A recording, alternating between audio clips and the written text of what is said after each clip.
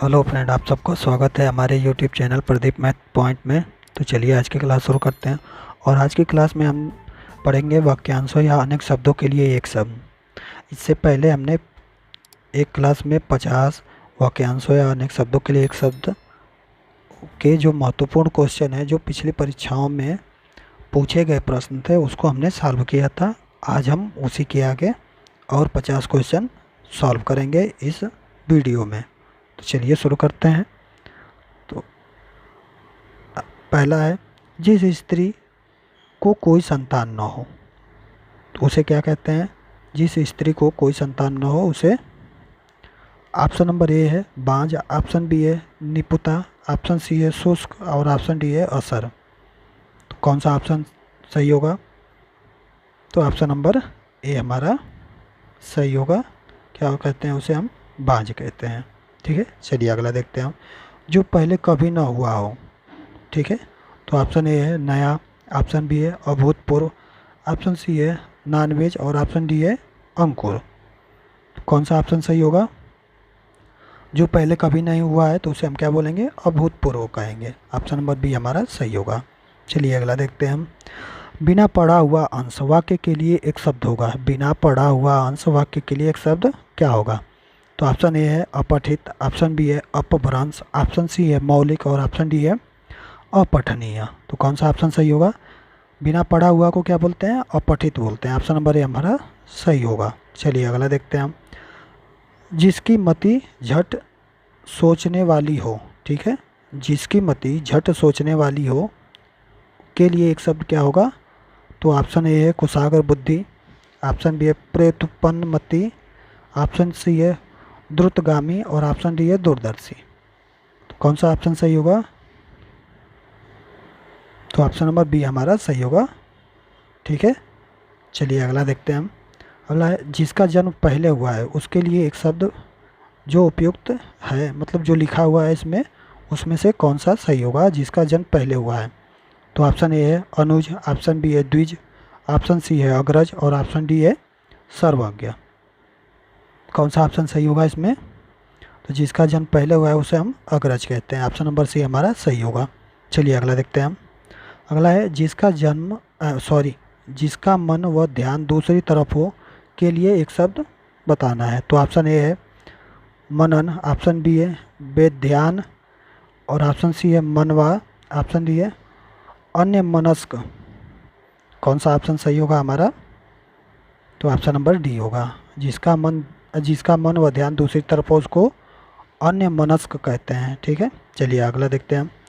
स्वयंभू शब्द का अर्थ है। स्वयंभू शब्द का अर्थ हमको बताना है। तो ऑप्शन ए है स्वावलंबी, ऑप्शन बी है स्वतः उत्पन्न और ऑप्शन सी है, ऑप्शन सी यहाँ छूट गया है उसको हम लिख देते हैं। ऑप्शन सी होगा सर्वश्रेष्ठ। ठीक है, और ऑप्शन डी है सर्वोपरि। तो कौन सा स्वयंभू का कौन सा सही होगा हमारा? तो ऑप्शन नंबर बी हमारा सही होगा, स्वतः उत्पन्न। ठीक है, चलिए अगला देखते हैं हम। बढ़ा चढ़ाकर कहना के लिए एक शब्द। तो बढ़ा चढ़ाकर कहना के लिए एक शब्द क्या होगा है? तो ऑप्शन नंबर ए है अतिवादी, ऑप्शन बी है अतिशय, ऑप्शन सी है अतिशोक्ति और ऑप्शन सी है अतिशोक्ति और ऑप्शन डी है अत्यंत। तो कौन सा ऑप्शन सही होगा हमारा? तो बढ़ा चढ़ा कर बोलने वाले को क्या बोलते हैं? अतिशोक्ति बोलते हैं। ठीक है, ऑप्शन नंबर सी हमारा सही होगा। चलिए अगला देखते हैं हम। नियम विरुद्ध असामाजिक कार्य करने वालों की सूची के लिए एक शब्द। ठीक है, नियम विरुद्ध असामाजिक कार्य करने वालों के लिए एक शब्द हमको बताना है। तो ऑप्शन ए है अपराध सूची, ऑप्शन बी है काली सूची, ऑप्शन सी है अवैध सूची और ऑप्शन डी है श्वेत सूची। तो कौन सा ऑप्शन सही होगा हमारा? नियम विरुद्ध असामाजिक कार्य करने वालों के लिए मतलब उसको क्या बोलते हैं उस सूची को? तो उस सूची को हम बोलते हैं काली सूची। ठीक है, ऑप्शन नंबर बी हमारा सही होगा। चलिए अगला देखते हैं हम। अगला है हाथी की पीठ पर रखा जाने वाला आसन। ठीक है, तो यहाँ सी नंबर छूट गया है यहाँ भी। तो यहाँ क्या होगा? काठी। तो हाथी के पीठ पर रखा जाने वाला आसन उसको क्या बोलते हैं हम? तो उसको बोलते हैं हौद। ऑप्शन नंबर बी हमारा सही होगा। ठीक है, चलिए अगला देखते हैं। गुरु के समीप रहकर शिक्षा ग्रहण करने वालों के लिए एक शब्द। ठीक है, गुरु के समीप रहकर शिक्षा ग्रहण करने वाला के लिए एक शब्द हमको बताना है। तो ऑप्शन नंबर ए है गुरुकुलवासी, ऑप्शन बी है छात्रावासी, ऑप्शन सी है अंतेवासी और ऑप्शन डी है आश्रमवासी। तो कौन सा ऑप्शन सही होगा हमारा? तो ऑप्शन नंबर सी हमारा सही होगा। गुरु के समीप रहकर शिक्षा ग्रहण करने वाला को उसको हम बोलते हैं अंतेवासी।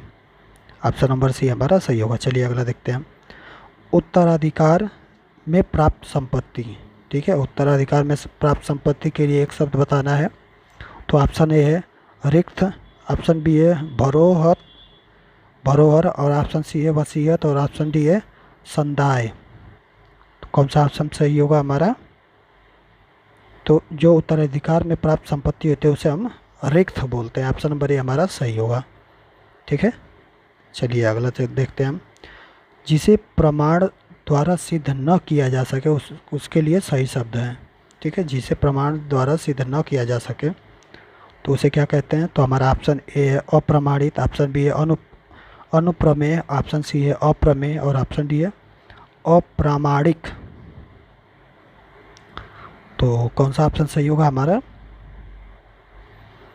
ऑप्शन नंबर सी हमारा सही होगा। जिसे प्रमाण द्वारा सिद्ध न किया जा सके उसे अप्रमेय कहते हैं। चलिए अगला देखते हैं हम। निम्नलिखित वाक्य खंडों में से एक के लिए प्रयुक्त होने वाला शब्द स्वयंसेवक। ठीक है, स्वयंसेवक के लिए कौन सा शब्द प्रयुक्त किया गया है उसको हमको देखना है। तो ऑप्शन ए है सबकी सेवा करने वाला, ऑप्शन बी है स्वयं की सेवा करने वाला, ऑप्शन सी है अपनी इच्छा से दूसरों की सेवा करने वाला और ऑप्शन डी है बिना वेतन के काम करने वाला। ठीक है, तो कौन सा ऑप्शन सही होगा? स्वयंसेवक के लिए कौन सा वाक्य खंड सही है? तो ऑप्शन नंबर सी, अपनी इच्छा से दूसरों की सेवा करने वाले को हम क्या कहते हैं? स्वयंसेवक कहते हैं। ठीक है, चलिए अगला देखते हैं हम। अपना उद्देश्य पूर्ण होने पर संतुष्ट ऐसे व्यक्ति के लिए एक शब्द हमको बताना है। तो ऑप्शन ए है चिर प्रसन्न, ऑप्शन बी है कृतज्ञ, ऑप्शन सी है आभारी और ऑप्शन डी है कृतार्थ। कौन सा ऑप्शन सही होगा हमारा? तो ऑप्शन नंबर डी हमारा सही होगा। ठीक है, कृतार्थ। चलिए अगला देखते हैं हम। गिरा हुआ के लिए एक शब्द। तो ऑप्शन ए है पतित, ऑप्शन बी है लुंठित, ऑप्शन सी है धाराशाही और ऑप्शन डी है पातकी। कौन सा ऑप्शन सही होगा हमारा? गिरा हुआ के लिए ऑप्शन नंबर ए सही होगा, पतित। ठीक है, चलिए अगला देखते हैं हम। इनमें से एक के लिए प्रयोज्य शब्द है असूर्यपश्यता। ठीक है, और असूर्यपश्यता किसके लिए, उसमें कौन सा वाक्य खंड है उसको देखना है।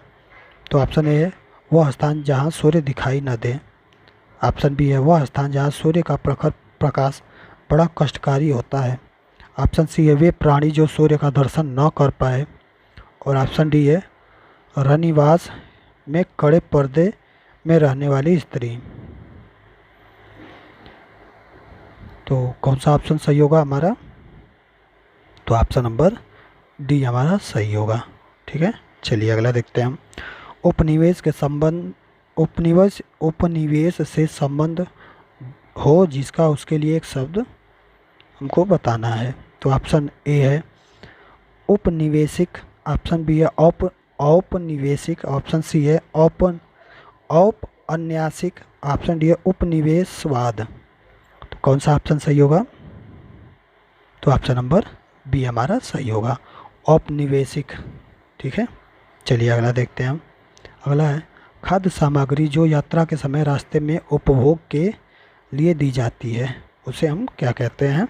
तो ऑप्शन ए है स्वअल्पाहार, ऑप्शन बी है पथ्य, ऑप्शन सी है पथ्य और ऑप्शन डी है उपहार। तो कौन सा ऑप्शन सही होगा हमारा?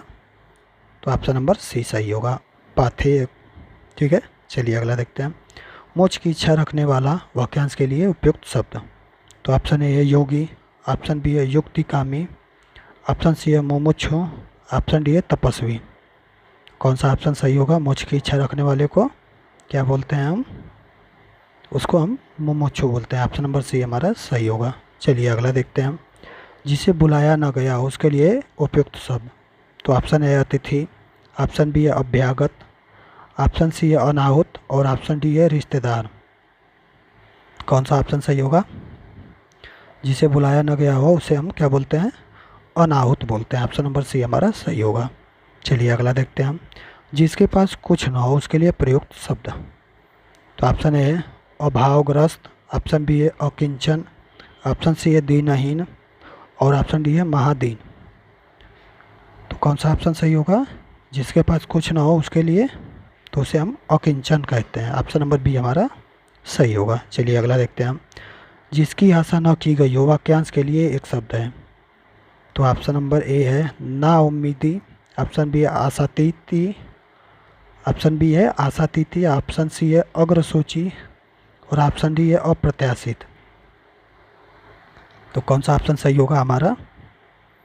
तो ऑप्शन नंबर डी हमारा सही होगा। जिसकी आशा न की गई हो उसे हम अप्रत्याशित कहते हैं। चलिए अगला देखते हैं हम। गतानुगति, गतानुगतिक शब्द का सही अर्थ है। तो इसका सही अर्थ बताना है।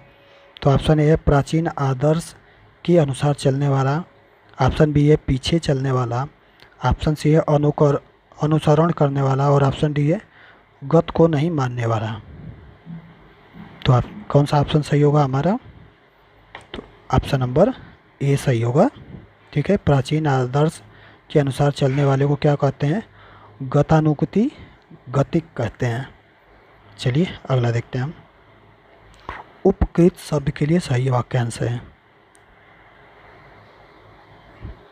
तो ऑप्शन ए है जिससे उपकार हुआ हो, ऑप्शन बी है जिसने उपकार किया हो, ऑप्शन सी है जो उपकार न मानता हो और ऑप्शन डी है जिस पर उपकार किया गया हो।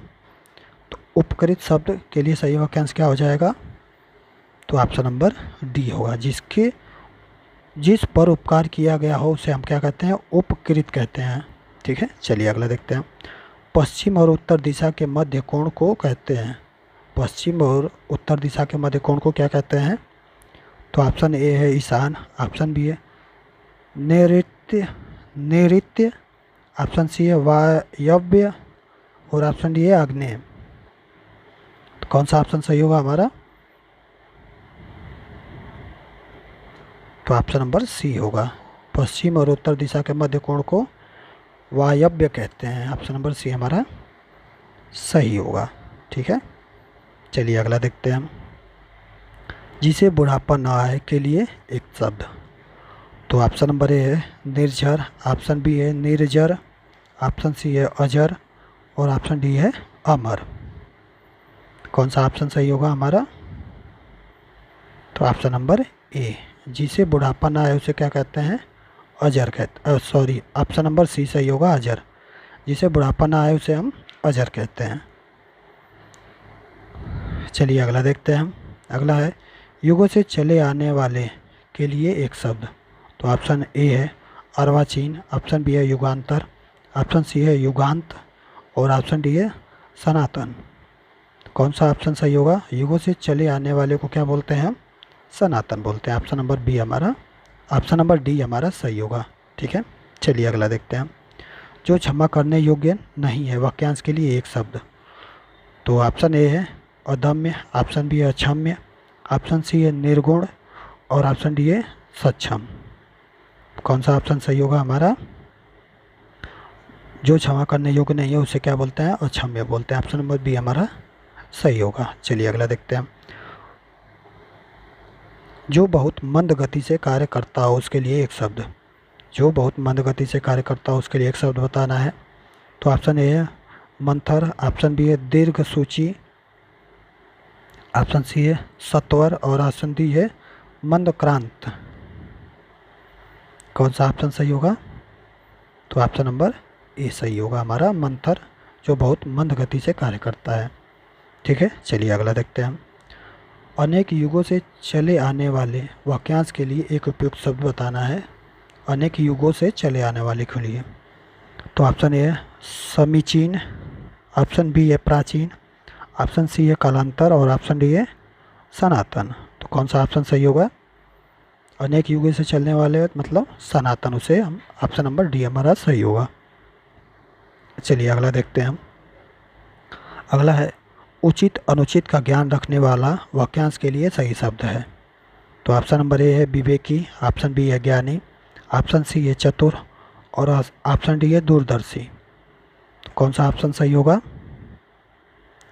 तो ऑप्शन नंबर ए सही होगा। उचित और अनुचित का ज्ञान रखने वाले को विवेकी कहते हैं। चलिए अगला देखते हैं। जो पूजा के योग्य हो उसे कहा जाएगा। तो ऑप्शन नंबर ए है पूजनीय, ऑप्शन बी है पूज्य, ऑप्शन सी है पूज्यनीय और ऑप्शन डी है पूजनीय। तो कौन सा ऑप्शन सही होगा हमारा? तो ऑप्शन नंबर ए हमारा सही होगा, पूजनीय। ठीक है, चलिए अगला देखते हैं हम। जो अपने कर्तव्य का निश्चय न कर सके उसके इस वाक्य को एक शब्द में कह सकते हैं। तो जो अपने कर्तव्य का निश्चय न कर सके उसे क्या कहते हैं? तो ऑप्शन नंबर ए है द्वंद्वग्रस्त, ऑप्शन बी है भ्रमित, ऑप्शन सी है किंक कर्तव्य विमूढ़ और ऑप्शन डी है द्विधाग्रस्त। तो कौन सा ऑप्शन सही होगा? ऑप्शन नंबर हमारा सी सही होगा। किंक कर्तव्य विमूढ़ को हम बोलते हैं जो अपने कर्तव्य का निश्चय न कर सके। चलिए अगला देखते हैं हम। अगला है जीतने की इच्छा हेतु एक शब्द। तो जीतने की इच्छा के लिए कौन सा शब्द प्रयोग किया जाता है? तो ऑप्शन नंबर ए है जीविसा, ऑप्शन बी है जिगीसा, ऑप्शन सी है विजयेच्छा और ऑप्शन डी है जयेच्छु। तो कौन सा ऑप्शन सही होगा हमारा? तो ऑप्शन नंबर बी हमारा सही होगा, जिगीसा। ठीक है, चलिए अगला देखते हैं हम। वह भाई जो अन्य माता से उत्पन्न हुआ हो कहलाता है। तो ऑप्शन ए है अन्योदर, ऑप्शन बी है दूरस्थ, ऑप्शन सी है औरस और ऑप्शन डी है सहोदर। तो कौन सा ऑप्शन सही होगा हमारा? तो ऑप्शन नंबर ए हमारा सही होगा। चलिए अगला देखते हैं हम। मोक्ष की इच्छा करने वाला। तो ऑप्शन ए है जिज्ञासु, ऑप्शन बी है योगी, ऑप्शन सी है आस्तिक और ऑप्शन डी है मुमुक्षु। कौन सा ऑप्शन सही होगा? तो ऑप्शन नंबर डी सही होगा। ठीक है, चलिए अगला देखते हैं हम। किसी संस्था के 25 वर्ष पूरे होने पर होने वाले उत्सव के लिए एक शब्द। तो ऑप्शन नंबर ए है हीरक जयंती, ऑप्शन बी है रजत जयंती, ऑप्शन नंबर सी है शताब्दी और ऑप्शन नंबर डी है स्वर्ण जयंती। तो कौन सा ऑप्शन सही होगा हमारा? तो उसे क्या बोलते हैं हम? रजत जयंती बोलते हैं। ऑप्शन नंबर बी हमारा सही होगा। ठीक है, चलिए अगला देखते हैं हम। आसान न मानने वाला। ठीक है, आसान न मानने वाला के लिए एक शब्द हमको बताना है। तो ऑप्शन नंबर ए है कृतज्ञ, ऑप्शन बी है कृतघ्न और ऑप्शन डी है विश्वासघाती, ऑप्शन डी है परोपजीवी। तो कौन सा ऑप्शन सही होगा? तो आसान न मानने वाले को क्या बोलते हैं? कृतघ्न मान बोलते हैं। तो ऑप्शन नंबर बी हमारा सही होगा। ठीक है, चलिए अगला देखते हैं हम।